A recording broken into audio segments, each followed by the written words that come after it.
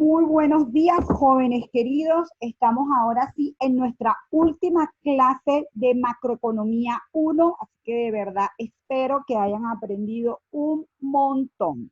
Estamos en el último tema que es balanza de pagos, tipo de cambio y comercio exterior. Ya vimos el tipo de cambio, estábamos viendo la balanza de pago como ese instrumento estadístico que nos permite entonces registrar o le permite a los países registrar de forma metódica las operaciones entre residentes y no residentes. Ayer estuvimos viendo la cuenta corriente, que además era una cuenta con la que estábamos bastante familiarizados, porque cuando vimos la parte de el PIB por los enfoques y cómo se llega del PIB al ingreso nacional disponible, pues obviamente pasamos por el saldo de la cuenta corriente y por los componentes de la cuenta corriente, porque al final la cuenta corriente también es el préstamo neto que nos permite saber si el ahorro es mayor que la inversión o la inversión es mayor que el ahorro.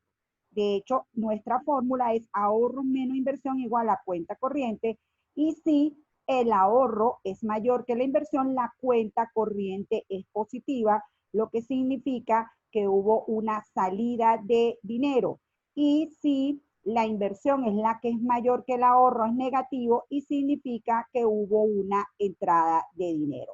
Uno un poco le hace ruido eso porque ayer cuando les estaba explicando la balanza de pago, les decía que todo lo que tiene signo negativo es salida de dinero y todo lo que tiene signo positivo es entrada de dinero. Entonces, ahora que tenemos la balanza de pago completa, podemos entonces entender que ese signo negativo de la cuenta corriente, que efectivamente nosotros lo vemos como una inversión mayor que el ahorro y como una entrada de dinero, tiene signo negativo porque la contrapartida, que es la cuenta capital y financiera, tiene el signo contrario de la cuenta corriente. Es decir, los movimientos de activos y pasivos financieros que van a ir al proceso de financiar la inversión en nuestra economía, cuando el ahorro es mayor que la inversión, se generan es aquí, en la cuenta capital y financiera, ¿ok? Entonces, este signo de la cuenta capital y financiera y este monto es más consono con la entrada o con la salida de recursos, es decir, si la economía es acreedora o deudora neta. Me estoy explicando, jóvenes. ¿Mm? Me tratar Sí, de profe. cosa más grande. Profe, Dime. entonces se puede decir que, por ejemplo, la cuenta corriente que nos puso en la tarea, se equilibró la balanza mientras las reservas y las cuentas financieras, ¿no?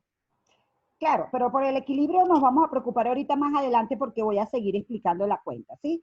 Ahorita me interesa entender este enlace en el cual que esto sea negativo significa que, ¿qué cosa? Dentro del ahorro y la inversión, ¿qué significa? Que la inversión fue más alta, ¿verdad? Y que se necesita entrada de dinero para financiar la inversión, ¿de acuerdo? Eso es lo que vimos en cuentas nacionales, ¿sí? Cuando les dan la balanza de pago, cuando ven la balanza de pago, que estos tenga signo negativo, nosotros le hemos dicho, o yo les he dicho en este caso, que soy la que se las está explicando, que las entradas de dinero son con signo positivo y las salidas de dinero son con signo negativo. De manera que uno entendería este saldo que está aquí como una salida de dinero, ¿sí o no? Entonces uno Sí, profe. pensaría que no tiene sentido que la salida de dinero haya permitido el financiamiento de la inversión. ¿Me quedó más claro el planteamiento? Sí, ahora sí. Ok. Entonces, lo que significa esto, jóvenes, es que al final la cuenta corriente como préstamo neto refleja también lo que ocurre con la cuenta capital y financiera. O sea, siempre que nosotros tengamos una cuenta corriente con déficit es porque la cuenta capital y financiera es superavitaria. Y la cuenta capital y financiera son activos financieros y pasivos. Para que esta cuenta sea positiva, significa que es más el dinero que entró que el que salió. Esta cuenta que está aquí es la cuenta que permite hacer los movimientos activos y pasivos financieros que respaldan los movimientos de ingresos y gastos. Porque al final acuérdense que en todo el circuito económico Está la esfera real y está la esfera financiera. Todas las exportaciones tienen que ser pagadas, todas las importaciones tienen que ser pagadas, todos los servicios, ¿sí? Entonces, eso genera movimientos de activos y pasivos financieros para hacer estas transacciones que están aquí.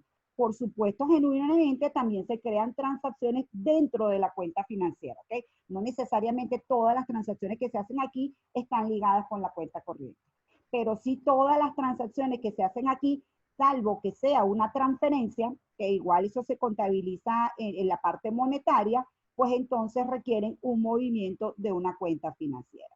Entonces, lo que queremos ahora es hablar con más detalle de la cuenta financiera, que se llama cuenta capital y financiera, de cuáles son las partidas que incluye cada uno, cuál es el concepto de movimiento activo y pasivo financiero con el que se maneja esto, y luego entender, sí, el cuadre del que estaba conversando Víctor ahorita, ¿ok? Entonces, nos vamos a nuestra cuenta capital y financiera.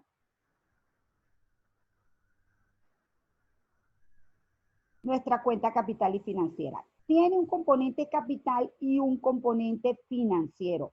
¿Qué es lo que hay en la cuenta capital? Simplemente hay transferencias de activos financieros, es decir, transferencias que se hacen de alguna maquinaria, de algún valor para la inversión, algo que esté destinado a la inversión y por lo cual no hay contraprestación de dinero. Así como existen transferencias corrientes en la cuenta corriente, existen transferencias de capital en la cuenta capital y financiera, concretamente en la cuenta capital, ¿ok? ¿Qué más va aquí aparte de esas transferencias? Repito, por ejemplo, si hay un terremoto y un país le manda a esa economía que sufrió el terremoto una maquinaria excavadora, una maquinaria de reconstrucción, materiales de construcción para que vuelvan a hacer viviendas. Todo eso serían transferencias de activos financieros. Otros ítems que van aquí son la reducción de pasivos, por ejemplo, como la condonación de deuda. Puede pasar que unos países, y pasa por supuesto que los países estén altamente endeudados, que tengan muchos años pagando intereses y los acreedores decidan que van a disminuir voluntariamente el saldo de la deuda para que sea posible que esos países sigan pagando la deuda que tienen con esos acreedores. Eso se llama condonación de deuda y va aquí, porque al final esa reducción de pasivos es vista como un ingreso o como un financiamiento que recibe esta economía, ¿ok? Y finalmente, otra cosa que va en esta cuenta son los que llamamos activos intangibles como las patentes, como las franquicias, que allí usted paga o cobra por el derecho a usar una forma, un know-how de hacer algo que usted ha patentado, ¿ok? Entonces, eso es lo que va en esta cuenta capital y financiera. Generalmente en Venezuela, esta cuenta tiene signo cero. En la cuenta entonces financiera, ya esta es la cuenta capital, ahora en la cuenta financiera, va realmente todos los movimientos de activos financieros y de pasivos que significan transacciones, ¿ok? Entonces, rápidamente, para no tenerlos alguien en el aire, les recuerdo cuáles son los activos financieros. Los activos financieros son instrumentos que confieren al tenedor un derecho, algún papel que le dé a usted un derecho. En ese sentido, tenemos los activos de reservas internacionales.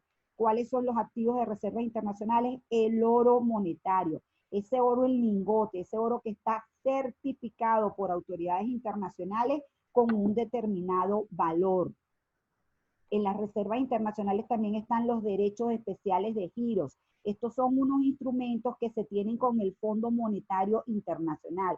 Como la palabra Fondo Monetario indica, todos los países han creado un fondo común, han hecho un aporte de dinero y por ese aporte de dinero le fueron generados dos instrumentos que respaldan ese aporte. Uno son los derechos especiales de giros, derechos a adquirir compromisos con otras personas con garantía a esos derechos. Inclusive hay un activo que se llama posición del fondo, que es el total de su participación dentro del fondo común, que es el Fondo Monetario Internacional. Otro activo de reserva son las divisas, es decir, los bancos centrales tienen monedas y billetes, y ojo que generalmente cuando se habla de divisas, no solo se habla de esas divisas de monedas que son distintas a la de curso legal, sino que también se incluyen los depósitos que tienen los bancos centrales en los bancos internacionales, ¿ok?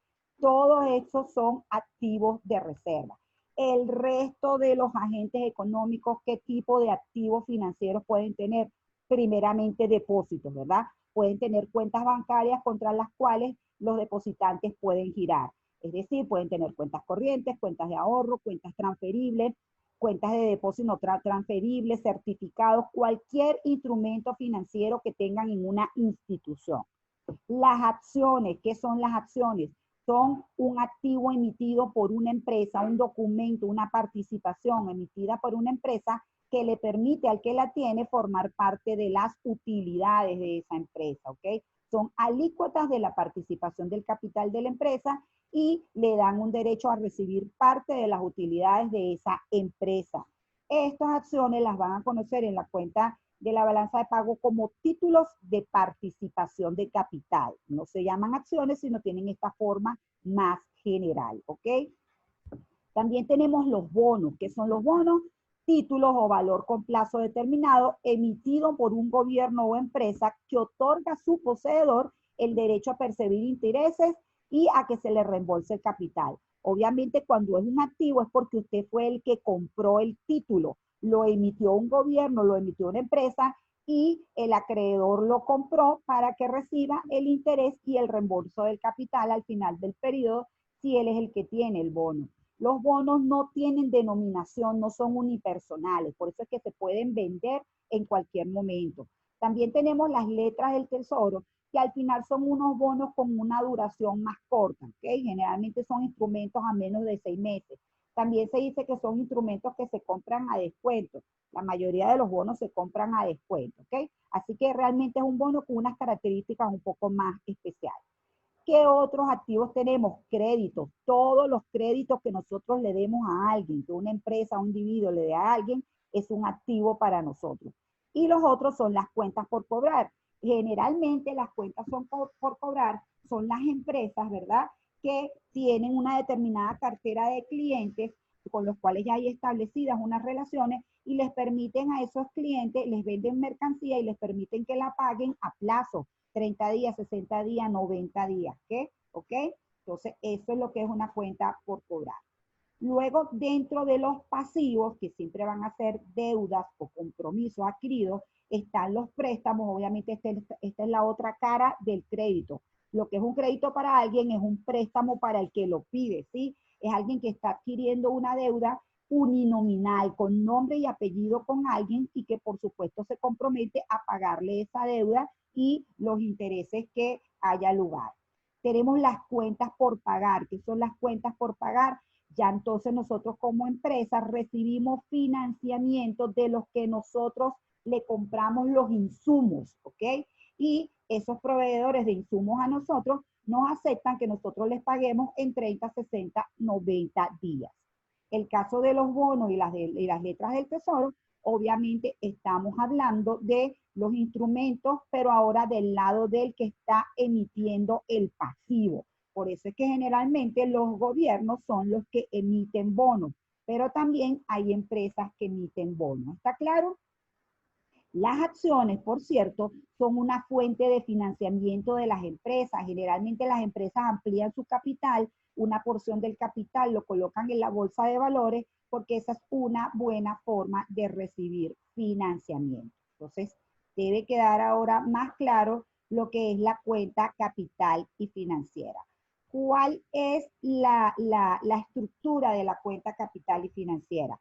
Como nosotros como economía nos interesa saber qué tan sólida es la relación de los tenedores de activos financieros con el país, nosotros desagregamos, o el sistema del Fondo Monetario Internacional, perdón, desarrolla la metodología privilegiando cuál es la perdurabilidad del activo en la economía. En este sentido, lo desagrega principalmente en inversión directa, inversión de cartera, derivados financieros y otra inversión.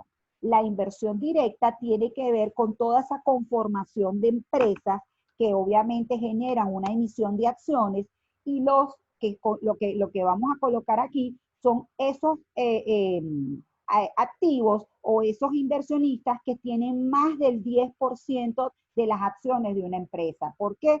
Porque si un accionista tiene más del 10% de las acciones de una empresa, es porque está interesado en participar en el circuito, en las decisiones de esa empresa, en invertir en ese país para generar producción de bienes y servicios, y eso genera empleo. Entonces, muy importante para un país recopilar, sobre todo, bueno, cualquier país, China, Estados Unidos, para cualquier país es importante, pero sobre todo los países que llamamos emergentes, generalmente tienen problemas para generar inversión interna y son apoyados por la inversión extranjera directa para poder aumentar la capacidad de producción de bienes y servicios. Entonces, en ese sentido, tenemos dos categorías: la inversión en el país y la inversión en el exterior. Siempre visto desde el punto de vista del residente, la inversión en el país son los no residentes que traen inversión para el país. Obviamente para el país es un pasivo, ¿sí? Porque esos inversionistas que están invirtiendo aquí, obviamente quieren tener una rentabilidad de capital y llevarse sus utilidades para su economía de origen. Luego tenemos la inversión en el exterior, perdón, que son residentes nuestros que entonces quieren instalar empresas en otras economías, y obviamente eso es un activo para esta economía, ¿ok? Por eso que les digo que siempre he visto del lado de qué significa el instrumento para el residente. Una vez que tenemos desarrollado esto que está aquí, otra cuenta muy importante, pero muy volátil, es la inversión de cartera. En la inversión de cartera, por supuesto, hay intercambio de acciones y de bonos, es decir, hay compra-venta de acciones y de bonos, pero ya con fines especulativos. Entonces puede ocurrir que dependiendo de las condiciones internacionales o de las condiciones de la economía, haya una mayor adquisición de acciones o de bonos, pero por ejemplo un tenedor tiene menos del 10% de las acciones de una empresa, porque ellos están allí para especular. Y los bonos adquieren bonos, en este caso nuestros residentes, bonos de empresas no residentes o de gobiernos no residentes por concepto de inversión, pero los van a vender en cualquier momento, ¿ok? A su vez, nosotros como economía tenemos emisión de bonos que pueden hacer nuestras empresas o el gobierno para financiarse, y tenemos acciones, ¿verdad? Que en este caso, en el caso de que es inversión de cartera, si es del lado de un pasivo, obviamente las acciones las está comprando un no residente, ¿ok? Es importante entender que en estas decisiones de portafolio influye mucho el diferencial de las tasas de interés. Esta economía nacional va a tener unas determinadas tasas de interés y hay unas tasas de interés internacionales, que es una forma de decir las tasas de interés que hay en las otras economías, y esto, el rendimiento que reciban los papeles, pues obviamente va a influenciar mucho las decisiones de cartera, ¿ok? Inversión de cartera también se le dice inversión de portafolio. Luego viene la otra inversión, que es la que está más asociada a todo el movimiento de la cuenta corriente. ¿Por qué? Porque aquí efectivamente es donde tenemos los créditos comerciales, los préstamos, los depósitos, las cuentas de depósito, todo el movimiento de activos y pasivos financieros, que es distinto a las acciones y a los bonos, ¿ok? Entonces, en el caso de Venezuela y en muchos casos, esta es la cuenta que tiene mayor monto. En Venezuela no hay información sobre los derivados financieros. ¿Sí? Ahora déjenme buscar las estadísticas. ¿Alguna pregunta hasta aquí? ¿Todo bien? No, profe. Perfecto. Entonces, fíjense cómo se estructura la cuenta capital y financiera. Fíjense que ni siquiera puse la cuenta capital aquí porque no tiene monto, y lo que hice fue abrirla toda para que tener solamente la cuenta financiera. Dentro de la cuenta financiera está la inversión directa. Entonces está en el extranjero, en el país. Aquí directo, en el extranjero es un activo, en el país es un pasivo. No, en estas partes ya no, bueno, si aquí está desagregado, ok. Esto es un activo y este es un pasivo, ¿ok?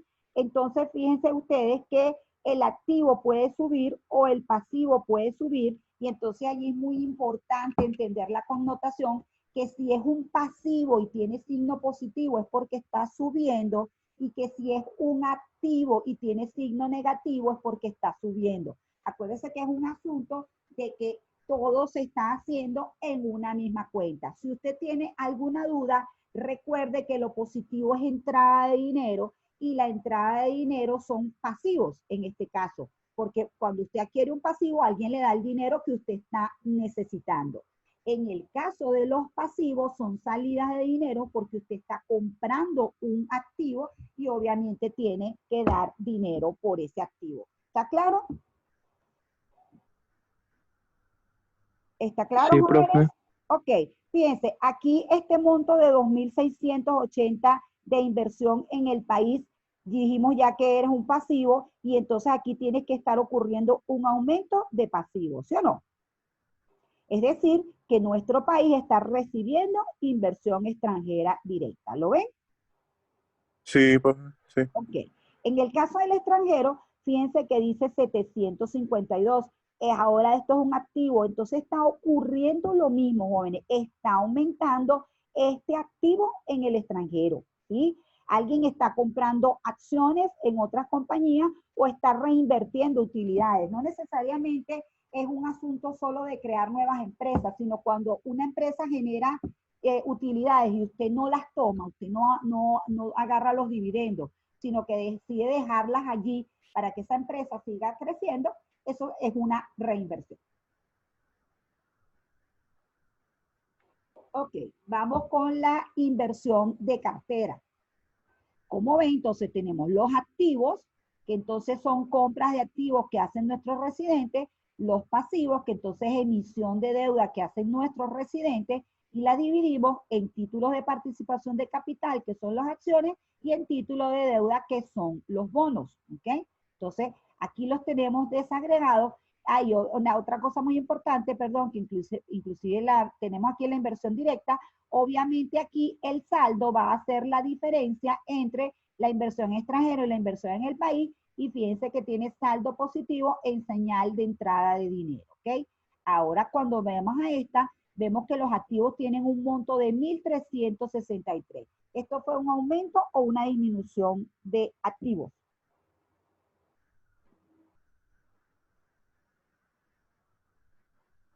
¿Alguien Una me diga? disminución. Una disminución de activos Mm, porque sale con signo positivo. Y en el caso de los pasivos, este saldo de menos 1.955 es una disminución o un aumento de pasivos. Un aumento.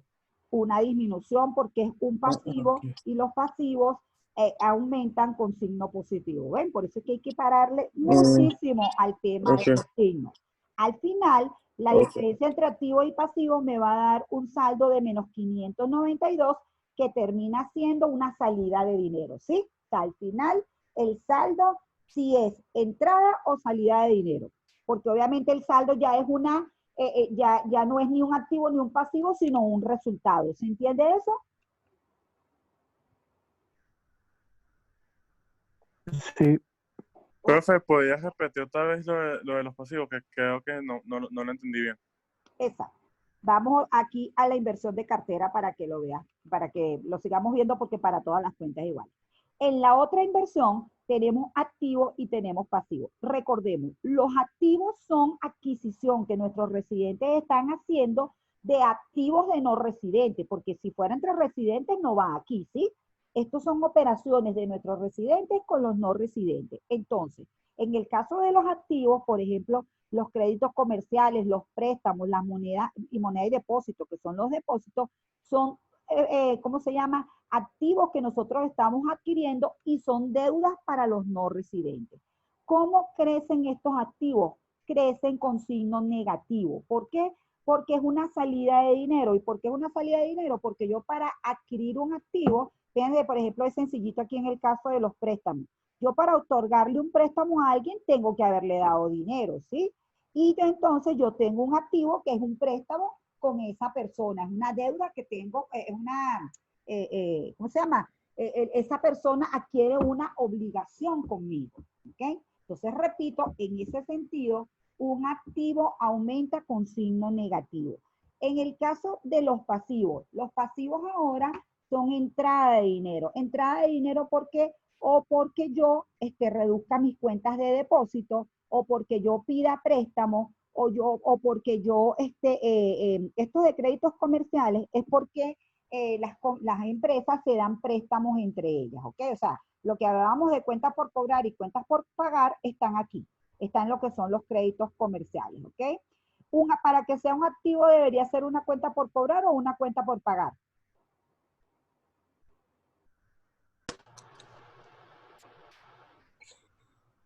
¿Cuenta por pagar? Una cuenta por cobrar. Para que sea un activo tiene Ah, que ser que claro. tú lo vas a cobrar, que tú, alguien te debe a ti y entonces tú vas a poder cobrar. Acuérdate que activo es un derecho Ok. que tienes, ¿ok? De hecho, el concepto de activo es que es un bien que puede ser en algún momento intercambiado por dinero. Ese es el concepto de activo. Usted tiene, ¿por qué eso es un activo para usted? Porque resulta que usted en el momento que necesite tener dinero, usted vende ese activo y obtiene dinero, ¿sí? En cambio, el pasivo es una deuda, un compromiso que usted quiere con alguien. Alguien va a estar ahí 30 y último, mire, fulanito, usted me debe, pague, ¿de acuerdo? Entonces, esa es la connotación de activos y de pasivos.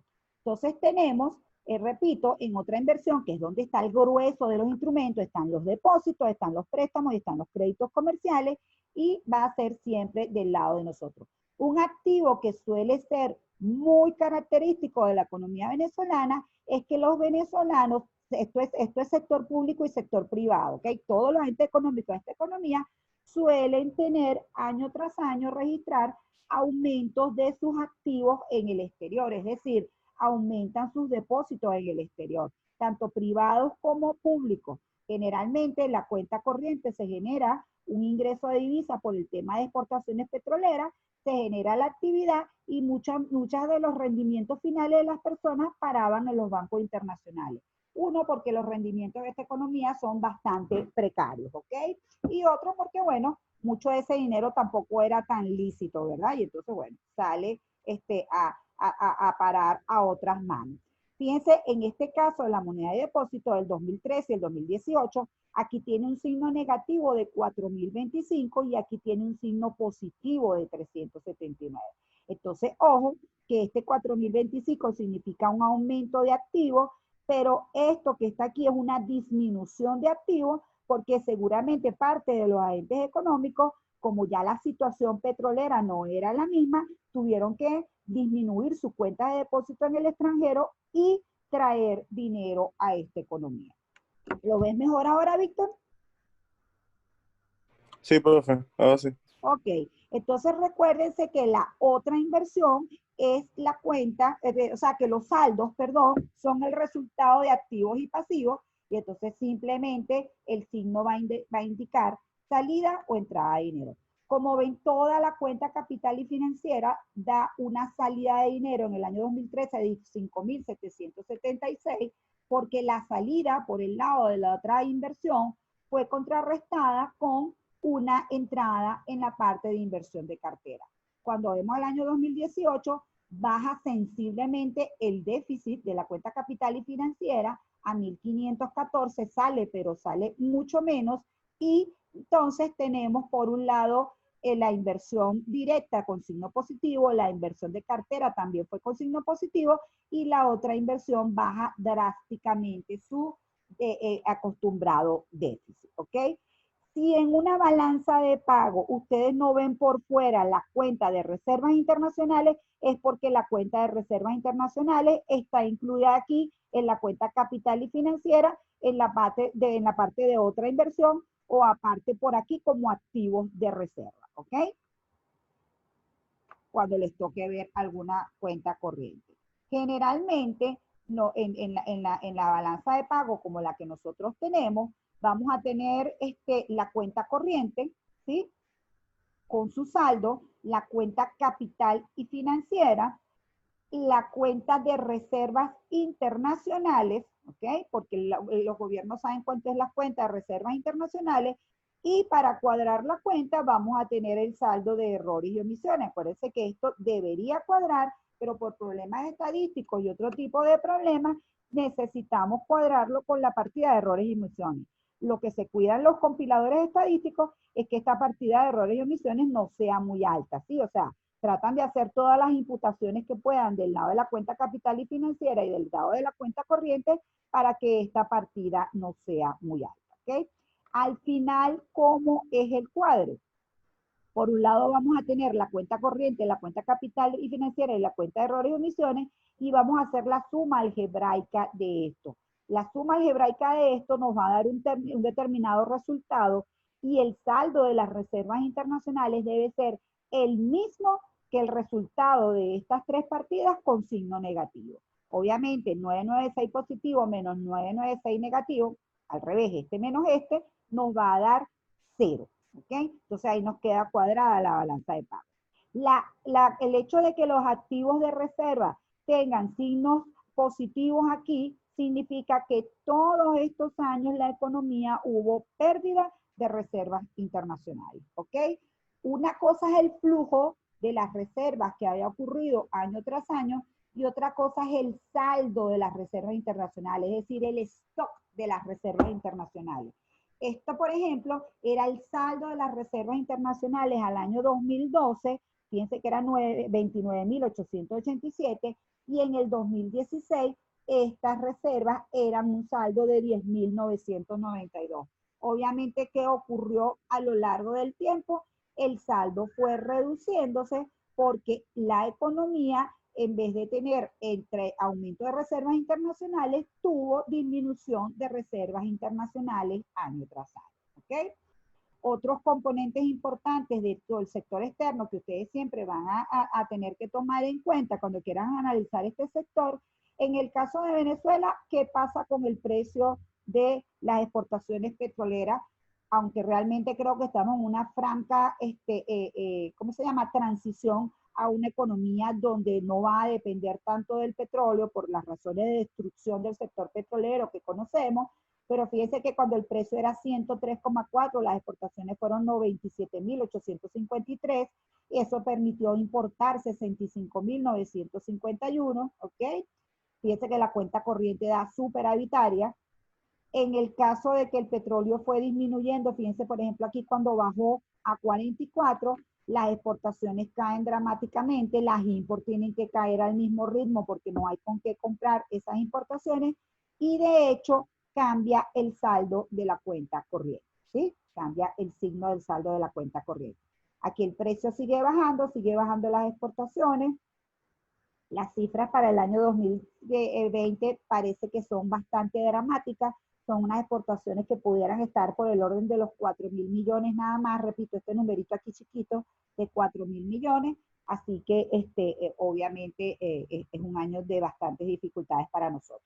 ¿Qué otros indicadores tenemos aquí? Las reservas internacionales de oro. Fíjense que casi todas nuestras reservas internacionales, buena parte son de oro, y están las reservas internacionales operativas, que siempre por reservas internacionales operativas entendemos divisas y monedas y depósitos, ¿ok?